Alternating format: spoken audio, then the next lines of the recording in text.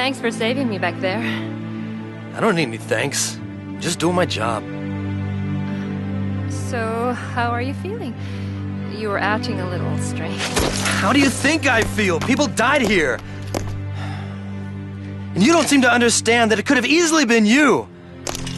When you're at the scene of a fire, you're always face to face with death. It's part of the job. And sometimes, there's limits to what you can do.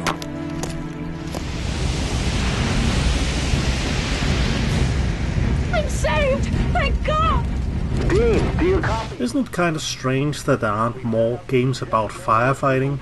Like, if you think about speaking to kids and what they want to be when they grow up, Firefighter comes up a lot. Well, it used to at least. I assume they all want to be Twitch streamers and YouTubers by now. But as these kids who want to become firefighters grow up and become game developers instead, it's kind of strange to see that it hasn't manifested into more games about firefighting. The two types of games that seems to come out of it are either really boring simulation games or highly collectible games such as The Fireman for the Super Nintendo or Burning Rangers on the Sega Saturn, which allows kids to fulfill another kid's fantasy about becoming both a spaceman and a fireman. But yeah, those collectible games tend to become very expensive, so if you're looking for a good middle-of-the-road firefighting game, look no further than Konami's Firefighter F.D. 18. The rescue workers are ready to go in. They will start battling the blaze from inside the tunnel shortly. Excuse me, could you explain the situation? How many vehicles were involved in the accident? Any casualties? Hey, you! Get this rookie out of here! She's just getting in our way! In this game you step into the flame-retardant boots of protagonist Dean McGregor, a very professional firefighter who gets sent out to put out a bunch of fires that all seem to be strangely connected as the story progresses. And there's two things about him. First of all, he seems like kind of a jerk. I don't know if they were going for serious or cool, but he kinda just yells at everyone. And I get that firefighting is serious business, but I mean, come on. I hate fire. It tore apart my family. It took my sister from us. Still believe she's out there somewhere. He also just freaking hates fire to an extent that seems almost kind of ridiculous. But it's not without reason though. He did lose a kid sister when he was little and swore an oath to defeat all the fires. So yeah, certainly motivated. But how do you go about turning a firefighting game into an action game? How do you turn the fire into an enemy? Well, the way Konami went about it here was to have Dean be one of the most unlucky guys alive. Every time you step up close to a gas tank or a steel beam or something that's about to explode or fall over, you can bet that it's gonna fall over just near him. And also they turn the fires into kind of like literal monsters in some of the levels. Like these fire tornadoes chasing our hero around the room, all with their own health bars and everything. But for the normal gameplay he does everything that you expect a firefighter to do, as Dean comes equipped with a fire hose with two nozzles, either a direct beam or a more indirect spray to take out close fires.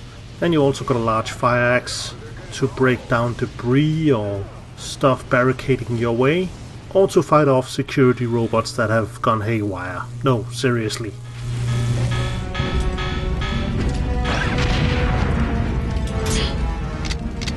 Your end goal is obviously to rescue all the survivors in each mission, and generally just navigate around, avoiding flames and putting out what's necessary in order to get to the survivors as quickly as possible.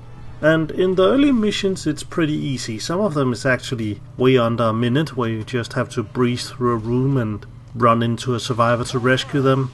But as you get deeper into the game, the time limit becomes tighter and the levels become longer, and it starts becoming a lot more about trial and error.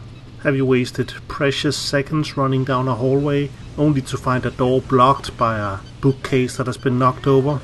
Well, you might as well start over the level, because there's no way you are going to make up the time working the right way around the stage. You disappoint me. And this is honestly where the game goes from being interesting to being a little bit frustrating. Now personally for me this is not always something I would have a problem with in other games, but maybe it's because of the slow plotting way that it takes Dean to move around in all the heavy equipment. But it still makes it worth it just to see what will happen in the next ridiculous cutscene in the story. That hero is still alive to get in my way! What the hell is this? How'd they find out about the hardware? Damn it! I'll kill every last one of you!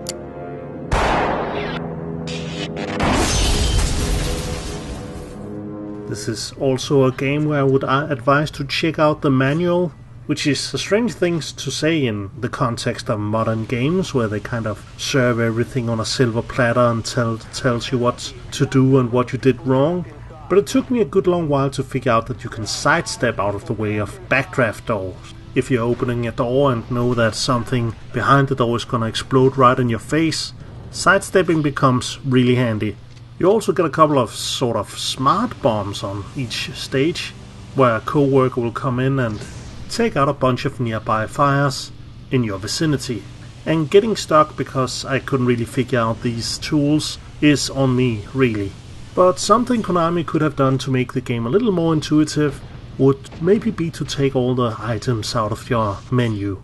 Every time you have to switch between your axe, your fire hose or fire extinguisher, you have to open this menu and go in and select it every time. I don't know, maybe they could have had you switch between those items on the shoulder buttons or something else. The locations aren't massively distinct either, with office buildings and factories that are mostly just grey walls beneath all the fire, of course. There's a cruise ship that looks a little bit interesting, but since you're technically off duty, you don't really get all the fun tools that you have to switch between on the regular levels, and you just have to resort to using fire extinguishers. It's a different change of pace, but it drags on a little bit too long. So yeah, Firefighter FD 18 isn't the most amazing game that you absolutely need in your collection, but it is a pretty good entry into an underrepresented genre of game.